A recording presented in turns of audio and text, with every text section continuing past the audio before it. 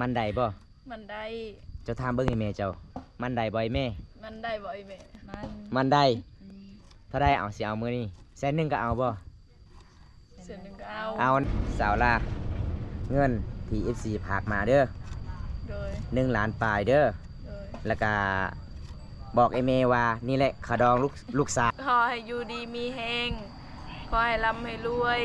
ปรารถนาสิ่งใดขอให้หได้ลังจากที่น้องได้เงินนี่แล้วน้องก็สิซื้อหยังซื้อเกลือเป็นนัวซื้อเกลือปึ้งนัวบ่ขาดอง30 ล้านกีบบ่โดยเว้าแท้บ่โดย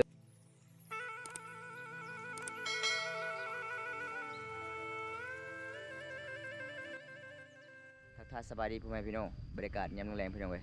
เมื่อนี้บอมตากะสิไปหาสาวลากับสาวสีดาคือเก่าพี่น้องเว้ยเพราะว่ามีผู้ใหญ่ใจดีฝากเงินมาให้พี่น้องเพราะว่าให้น้องลาน้องสีดาซื้อเครื่องซื้อของหลายพี่น้องเพราะว่าน้องลากับน้องสีดากับบ่มีสงเสือพี่น้องก็เลยผู้ใหญ่ใจดีกะมาฝากเงินนำบอมตาพี่น้องจังได้กะไปติดตามชมกันล่ะพี่น้องบรรยากาศยามแรงเมื่อนี้บอมตากะสิได้พอหรือบ่พี่น้องอันนี้ก็จะเป็นบ้านของสาวลาสาวสีดาเด้เดี๋ยวบอมตากะสิขึ้นถามสาวลาสาวสีดากะสิอยู่เฮือนหรือบ่พี่น้องอันนี้ขึ้นศาลก่อนเด้อพี่น้อง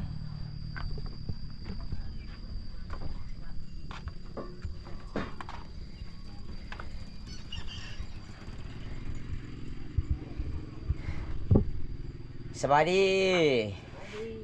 อยู่ไสสาวลาสาวสีดาอยู่เฮือนบ่สาวสีดานอนบ่ลุกแล้วโอ้เพิ่นได้น้ำไม้หลายเลยพี่น้องเอ้ยนี่จะเป็นนิเมะของสาวลาสาวสีดาเด้เห็นบ่เจ้าหากมาแต่หาหน่อไม้ล่ะพี่น้องแกงกินบรรยากาศยามแลงนี่โอ้ยพี่น้องฤดูนี้ก็เป็นฤดูที่เขตชนบทบ้านเฮาก็หาอยู่หากินเป็นน้ำใบก็ออกหลายๆเลยสบายดีสบายดีเฮ็ดหยังฮะเฮ็ดหยังแกงหน่อไม้โอ้อ้าวเบิ่งหน้าตาสาวลาคือสีให้แท้อกหักบ่เป็นหยังหากระตื่นนอนโอ้ไปไสคืนนี้ไปกันเขียดอีกบ่คือว่าไปกันเขียดกันกบคืนนี้สาวสีดาอยู่ไสสาวสีดาจักแล้วจักไปไสสาวสีดาไปกับผู้บ่าวหรือบ่คือบ่เห็นอยู่เพื่อนไปพาพื้นสาวสีดาพาพื้นสาวล่าเพิ่นกะสีเก่งหน่อไม้พี่น้องบรรยากาศยันแรงมาเมื่อนี้มาอาหารขักเลยพี่น้องเพราะว่าด้นแล้วสาวล่ากะสีเก่งหน่อไม้ให้บอมตาสิกินลองเบิงพี่น้องเพราะว่าด้นกับบ่ได้กินฝีมือน้องลาคนสวยประจำหมู่บ้านนี่พี่น้องน้ำไม้ยังอันนี้นะน้ำไม้ไผ่น้ำไม้ไผ่บ่แม่นน้ำไม้รั่งบ่ ภาษาบ้านเฮากะอบังรังภาษาลาวคือหน่อไม้ไผ่เด้อพี่น้องเจ้าแกงเป็นอยู่บ่เป็นอยู่โอ้ใส่ยังไงใส่ผักกะแยงกันบ่ใส่ปลาแดกใส่ผักกะแยงปลาแดกโอ้พี่น้อยถ้าผู้ใดอยากกินฝีมือน้องลามาเด้อพี่น้องนุ่มลาวนุ่มไทย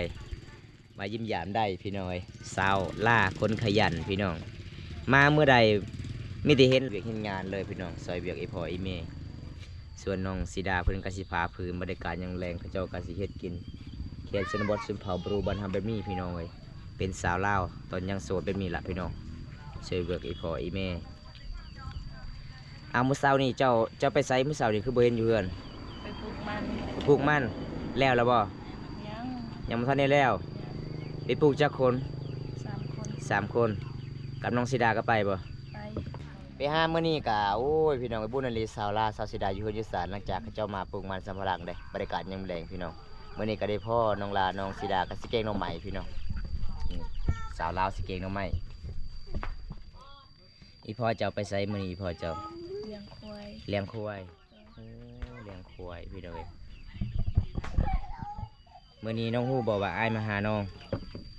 บ่ฮู้เลยเมื่อนี้ FC ขอมันเจ้าได้บ่ได้FC ขอมันเจ้า 2,000 กีบได้ ถามโลดอีเมลเจ้าขาดอง2 คน28 ล้านในรีบ่ อีพ่อจะว่ามื้อนั้นคันเอาเบิดซองกับ28 ล้านคันเอา1 คน50 ล้านเอาแล้ว FC ก็อยากเอาเบิดซองและ28 ล้านขอคอยใจดีหลายเนาะ คือสาวคำคือกันแหละไอ้แม่เพิ่นว่าถ้าผู้ใดมัก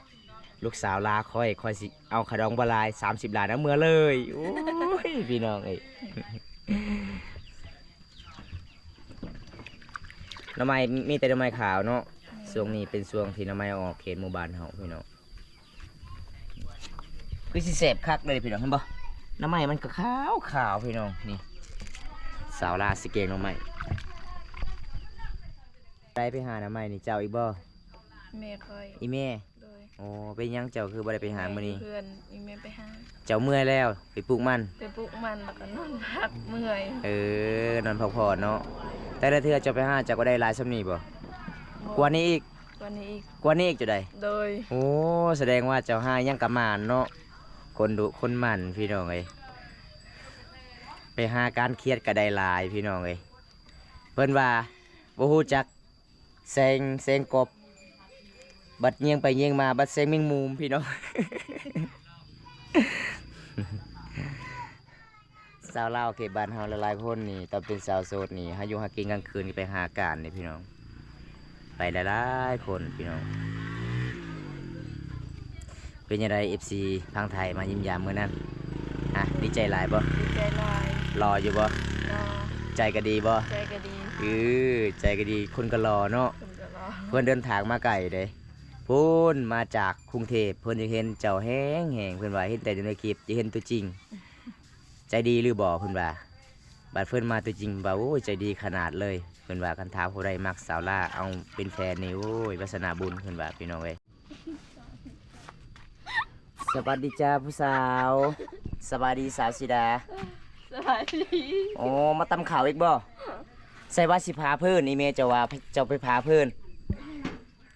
ไปตั้งเขาบ่ฮะ ทำเขาสวยโม โอ้ไปซอยหมู่เนาะเพราะว่าเห็นหมู่ตามคนเดียวก็เลยสงสารหมู่ไปซอยอีกนี่พี่น้องผู้นี้ซื้อในไหนผู้นี้นะฮะเจ้าซื้อนี่ใดลาวซื้อนี่ใด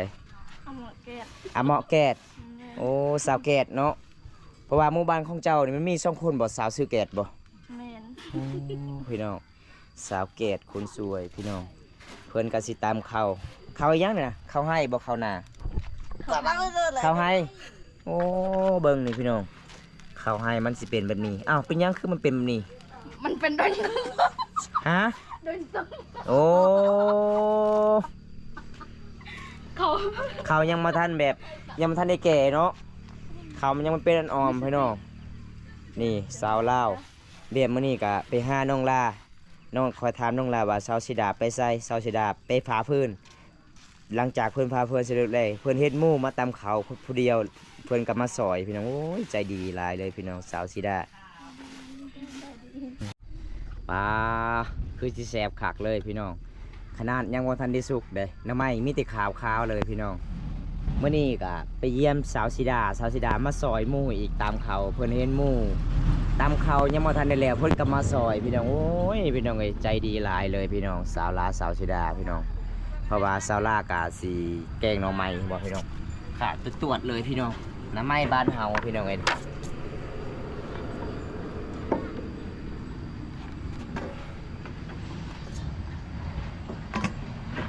เช่นยังนี่นะสิกาดน้ำไม้ หัวลาวดอก ฮะจะเว้ายังกินนี่ค่อยได้ยิน จบหูดิ บ่ฮู้ สิกาดแล้วนี่เขาเอิ้นนะโอ้ยสิกาดน้ำไม้พี่น้องเอ้ยแบบบ้านเฮากับบูภาษาลาวเพิ่นว่าค่อยสิกาดน้ำไม้ แก้ทำไม สาวลาวก็ตลกหลายพี่น้อง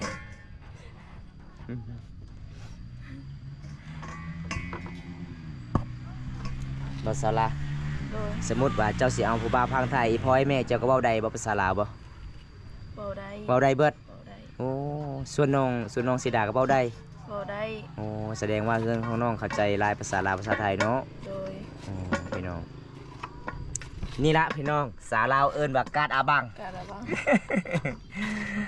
แต่บำตากัดสิเปบ่ได้พี่น้องเพราะว่ากับบ่แม่นผักหน่อไม้เด้อพี่น้องนี่พี่น้องแบบส่วนบทบ้านเฮาเฮ็ดกินหน่อไม้ต้องแบบนี้เนาะจึงแซ่บเนาะเฮ็ดให้มันบางๆพี่น้อง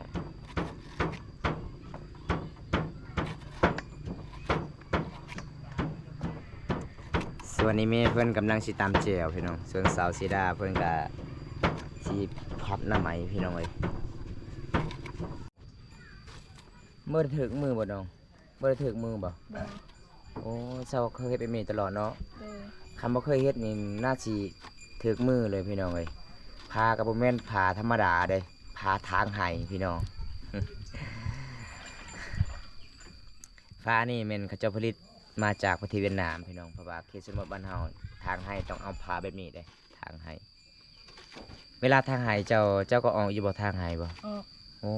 ทางเป็นเนาะ คอยเฮียนนั่นแหละ คอยเฮียนบ่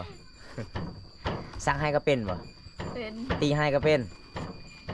บ่ตีให้ เป็น ดำนาก็เป็นโอ้เป็นทุกอย่างเลยเนาะการกบการเขียดก็เป็น แกงหน่อไม้ก็เป็นพี่น้องเพิ่นว่าแกงเป็นอยู่จักแซ่บหรือบ่ ชิมือคอยบ่แซ่บ บ่แซ่บบ่โอ้ยคนงามแกมียังแกงอีหยังมันก็แซ่บอยู่แล้วกันยังบ่ทันได้สุกเบิ่งคือสิแซ่บหลายพี่น้องหน่อไม้ก็ขาวเด้นี่พี่น้องสวนเอื้อยแกงหน่อไม้สวนน้องฟ้าพื้นโอ้ยพี่น้องเอ้ยเบิดเท่านี้ล่ะพี่น้องสาวลาวขยันหลายสองไอ้น้องสาวสีดาสาวลาสาวสีดาอายุ16ปีสาวลาวอายุ17ปีเด้คือเจ้าก็ช่วยเวียกช่วยงานอีพ่ออีแม่บรรยากาศยามแลงหลังจากมาแต่ปลูกมันสำปะหลังเห็นบ่พี่น้องขยันเลยพี่น้องสองไอ้น้องคนนี้พี่น้องเอ้ย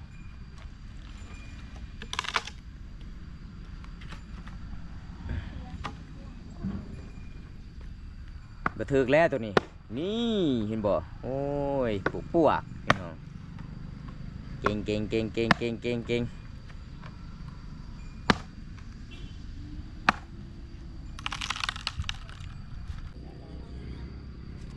อัน FC ขอมันลูกสาวเจ้าได้บ่ ได้ ได้เนาะ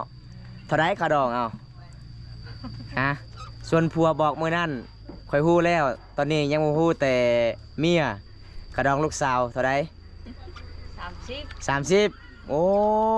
เลย เอาเมื่อเลย เอาหนึ่งคน30 ล้านกันเอา2เท่าไร 60 60 ล้าน โอ้พี่น้องคนละ30 ล้านเด้อไอแม่เพิ่นว่าพี่น้องตาพอได้มักลูกสาวเพิ่นกระดอง30 ล้านเอาเมื่อเลยมื้อนี้มีผู้บ่าวฟังถ่ายมามั่นลูกสาวไอแม่เด้อมื้อนี้เด้อได้บ่ได้เนาะ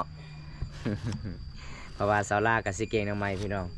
หลังจากให้สาวลาก็สิเฮ็ดนำใหม่แล้วบำตาก็สิมามอบเงินผู้ใหญ่ใจดีจากฟังไทยมามั่นลูกสาวเพิ่น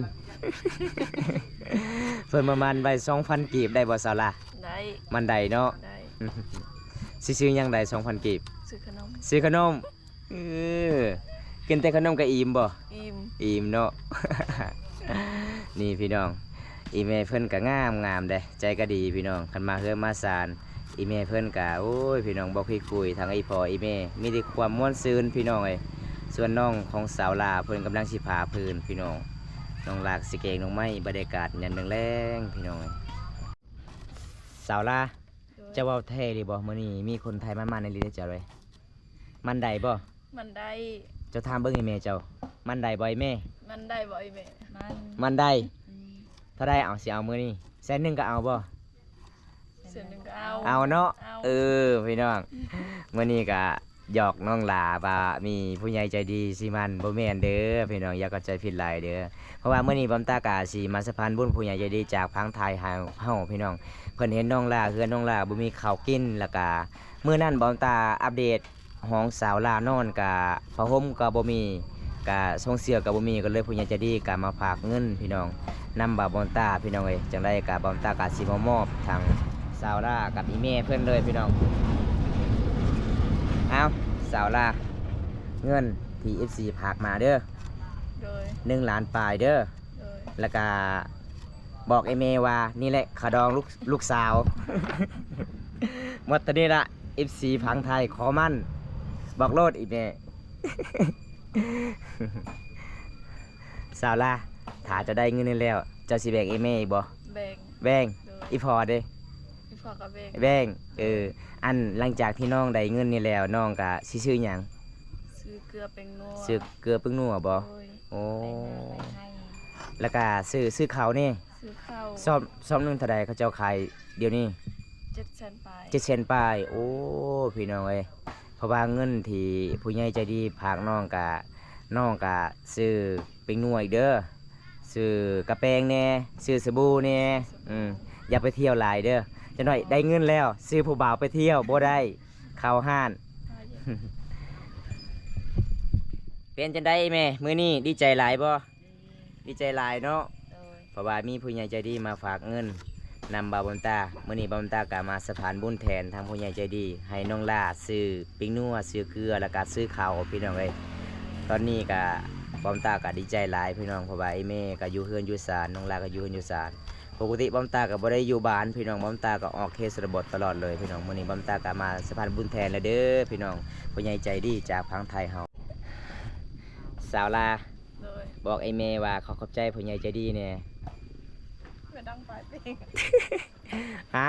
เอาแล้วใส่ว่าไอ้แม่เจ้าฮู้ภาษาลาวภาษาไทยไล่ ฮู้ อ้าวขอขอบใจเป็นบ่ ขอขอบใจเป็นบ่ ขอขอบใจผู้ใหญ่ใจดีเป็นบ่ ขอขอบใจ นบก่อนแม่ขอขอบใจเออ ขอบใจ เอ้า ใจดี ขอคุณยายใจดี ขอให้อยู่ดีมีแฮ ของ ให้อยู่ดีมีแห้ง ขอให้ร่ำให้ร ขอ วย ให้ร่ำให้รวยไปเด้อ ขอร่ำให้รวย อืม อยู่ดีมี ปรารถ แห้ นาง สิ่งใดขอให้ได้สิ่งนั้นปั่นไป อ้าวจริงนะไอ้แม่เจ้าเว้าเป็นก็เอาคืนเด้เงินได้ ปั่นไปปั่น คันท้ายแม่เจ้าขอขอบใจผู้ใหญ่ใจดีบ่เป็นขอยสิเอาคืนได้เงินนี่ได้ อ้าวเว้า เอาไป นบขอขอบใจจากคุณยายใจดี ใจดีเอาไว้ย่างไปอย่าตะดัก ไม่ โอ้ยตะจือยอะ ขอขอบใจหลายๆเด้อผู้ใหญ่ใจดีจากพังไทย จะว่าน่าให้ไปละ ขอให้อยู่ดีมีแห้ง เอาไปแล้วทำไมเอาขอขอบใจจากคุณยายใจดี ฟังไทยขอ กันตีบอกว่าจะด่าละ เอา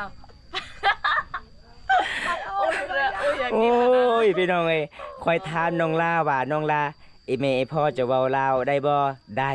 บัดนี้คอยว่าขอขอบใจผู้ใหญ่ไอายเพิ่นแน่เอาบัดนี้ เอาบีไม้ซ้ำไปก็ตะดัก อ้อย ไป เจ้า ทำไมล่ะเปีย เจ้าเว้าบ่ได้คอยสิเอาคืนได้เงิน เอาแล้วเดี๋ยวไปจ้ะ เอาว่าแม่สาวล่ะมา ขอขอบใจ ผู้ใหญ่ใจดี จากคุณยายใจดี ฟังไทย ฟัง เอา เดี๋ยววันโรยเดี๋ยวเอาขอขอบใจจากคุณยายใจดี ทางไทย ฟังไทย ขอ ขอให้รวย ขอให้ดีขอให้อยู่ดีมีแห้งขอให้ร่ำให้รวยปรารถนาสิ่งใดขอให้ได้สิ่งนั้น ขอให้หาเงิน ขอ ได้ ให้หา เด้อ เงินให้ได้เด้อ อืม ขอบ ถ้า ใจ ถ้าอยากได้เมียมาหาลูกสาวไอ้แม่ได้บ่ ได้ ได้ ได้บ่ขะดอง30 ล้านกีบบ่ โดย เว้าแท้บ่ โดย พี่น้องเมื่อนี้สาวลาดีใจจักเปอร์เซ็นต์สาวลา 100,000,000% 100,000,000%เลยเพราะว่าอีแม่ก็เคลื่อนหลายเนาะว่าบ่ออกเลยได้เงินก่อนซำนี้เนาะปกติเพื่อสิได้เงินซำนี้ก็บ่แม่นง่ายเนาะน้องเนาะ โดย เพราะว่าเฮาทอนมันฮอด3มื้อเนาะ3-4 มื้อจึงได้เงินซำนี้พี่น้อง ตอนนี้ไอ้ก็สิกลับก่อนเด้อน้องลาเด้อมื้อนี้มาเยี่ยมยามน้องก็บ่มีหยังละเพราะว่ามีผู้ใหญ่ใจดีจากทางไทยฝากเงินนำบาบอนตาบอนตาก็ดีใจหลายน้องได้ก็สำบาบอนตาได้มื้อหน้าก็มีเวลาว่างบอนตามาหามากันใหม่เด้อ โดย คลิปนี้ก็ขอจบไว้ที่นี่ก่อนพี่น้องคลิปหน้ามาพบพอกันใหม่พี่น้องไอ้ขอกล่าวคำว่าลาตรีสวัสดิ์บันสวนนบไหมบันสวนบ๊ายบายเอาพี่น้องจนได้บอมตากาสิปิดไว้สวัสดีก่อนพี่น้องเมื่อนี้บอมตากามาสะพานบุญแทนจากผู้ใหญ่ใจดีพังไทยเฮาพี่น้องไอ้บอมตากาขอขอบใจละลายๆเด้อผู้ใหญ่ใจดีจากพังไทยเฮาพี่น้องที่สะพานบุญ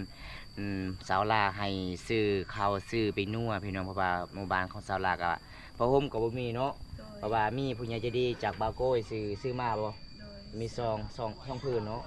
วันนี้บำตากะขอขอบใจหลายๆพี่น้องผู้ใหญ่ใจดีจากบาวโก้ยแล้วก็ผู้ใหญ่ใจดีบาวบำตาหรือว่า FC หลายๆคนที่เขามาติดตามรับชมคลิปนี้แต่ต้นจนจบก็ขอให้อยู่ดีมีแห้งขอให้ร่ำให้รวยเด้อพี่น้องเอ้ยปรารถนาสิ่งใดขอให้ได้สิ่งนั้นพี่น้องเอ้ยคลิปนี้ก็ขอจบไว้เท่านี้ก่อนพี่น้องคลิปหน้ามาพบพอกันไหมขอกล่าวคำว่าสบายดีบันส่วนเด้อบ๊ายบายแม่สละ บ๊ายบาย บ๊ายบาย